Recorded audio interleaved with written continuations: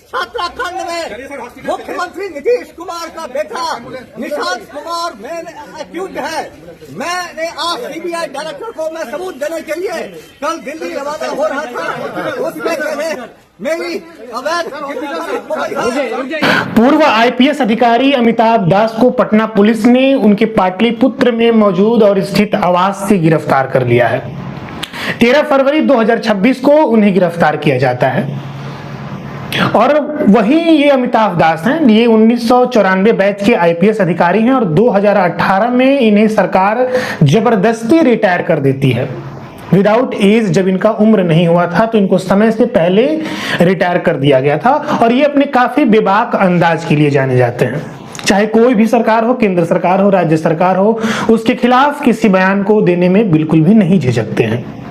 और यही इनकी जो विचित्र छवि है और जो अलग इनका जो छवि है पूरे देश में बन चुका है। इसी बात को लेकर उन पर ये पटना पुलिस का आरोप है।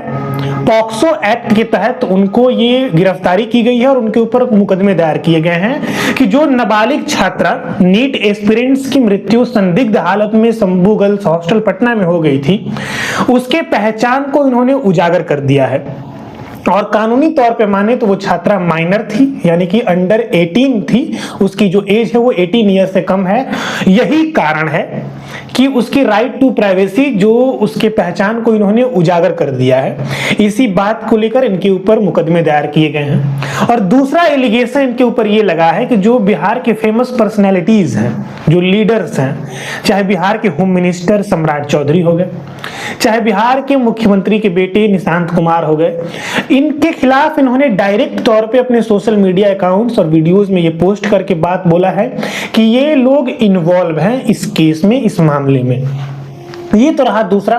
और तीसरा, पुलिस ने, अब कोई नहीं जानता, उनके ऊपर ये एलिगेशन लगाया है कि जब इनके घर में जांच पड़ताल की जा रही थी, पुलिस ने जब इनके आवास पर छापा मारा तो वहां भारत और अशोक स्तंभ के जो सील और मुहरे थी, एम्बलम थे, वो पाए गए हैं, वो स्टैंप पाए गए हैं। और नियम के अनुसार माना जाए तो ये 2018 में रिटायर्ड हो चुके हैं, तो कानूनी तौर पर अब वो इसका उपयोग बिल्कुल भी नहीं कर पाएंगे।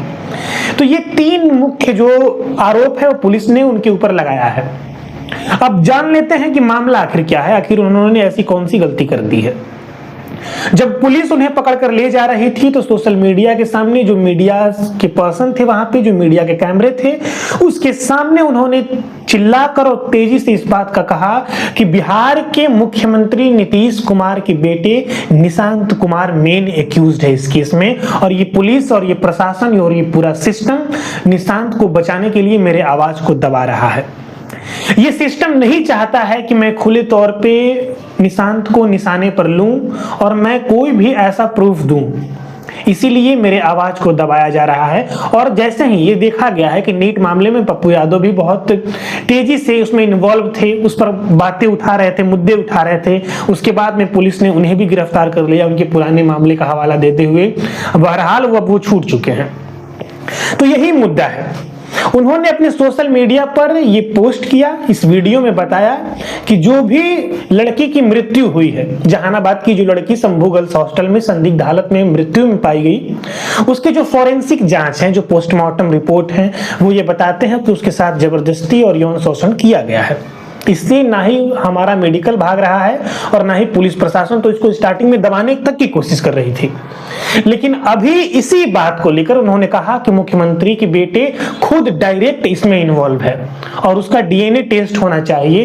तब पटना की पुलिस ये बोल रही है कि ये भ्रामक जानकारी फैला रहे हैं और कानून व्यवस्था को, और जो जांच पड़ताल चल रहा है, जो स्पेशल टीमें गठित की गई हैं इस मुकदमे पर, इस मामले पर जांच करने के लिए, उसके जांच को प्रभावित कर सकते हैं। यही कारण है कि इनको हम पकड़ रहे हैं। और बाद में बिहार की पुलिस का और हमारे देश के कानून सिस्टम का आप हाल जानते हैं। तो यही मुद्दा रहा है। लेकिन हमारा वीडियो बनाने का उद्देश्य यह है कि आप समझें। बहुत सारे ऐसे लोग हैं जो बोल रहे हैं कि अरे ये पागल है, बस इसी तरह बोलता रहता है। नहीं, अगर वो बोल रहा है कि ये लोग डायरेक्ट तौर पे इन्वॉल्व हैं तो करा देना चाहिए, एक बार जांच होनी चाहिए इसके ऊपर। बाकी ये जो केस है, इस केस को सीबीआई को हैंडओवर कर दिया गया है। अब सीबीआई देखिए इसमें क्या मामला में क्या निर्णय लेती है, क्या जांच पड़ताल करती है, क्या पता चलता है, वो तो भगवान जाने। क्योंकि ये बात सच है कि पटना पुलिस इस केस को पूरी तरीके से दबाने की कोशिश कर रही है। और अमिताभ दास ने ये डायरेक्ट तौर पे कहा है कि जो पटना की पुलिस है, जो छोटे छोटे लोग हैं, हॉस्टल के जो रसोइये हो गए, जो वार्डन हो गए, उनको पकड़ा जा रहा है, उनको मेन एक्यूज्ड बनाकर इस केस को दबाने की साजिश की जा रही है। और इसमें बड़े बड़े बिहार के फेमस चेहरे जो हैं वो भी शामिल हैं। उनको बचाने के लिए पुलिस पूरा दम लगा रही है, पुलिस पूरा कोशिश कर रही है कि जो बड़े बड़े फेमस लोग हैं वो सामने उनका नाम न आने पाए और कोई को पता ना चले कि ये मामला क्या है और धीरे धीरे ये मामला समाप्त हो जाए।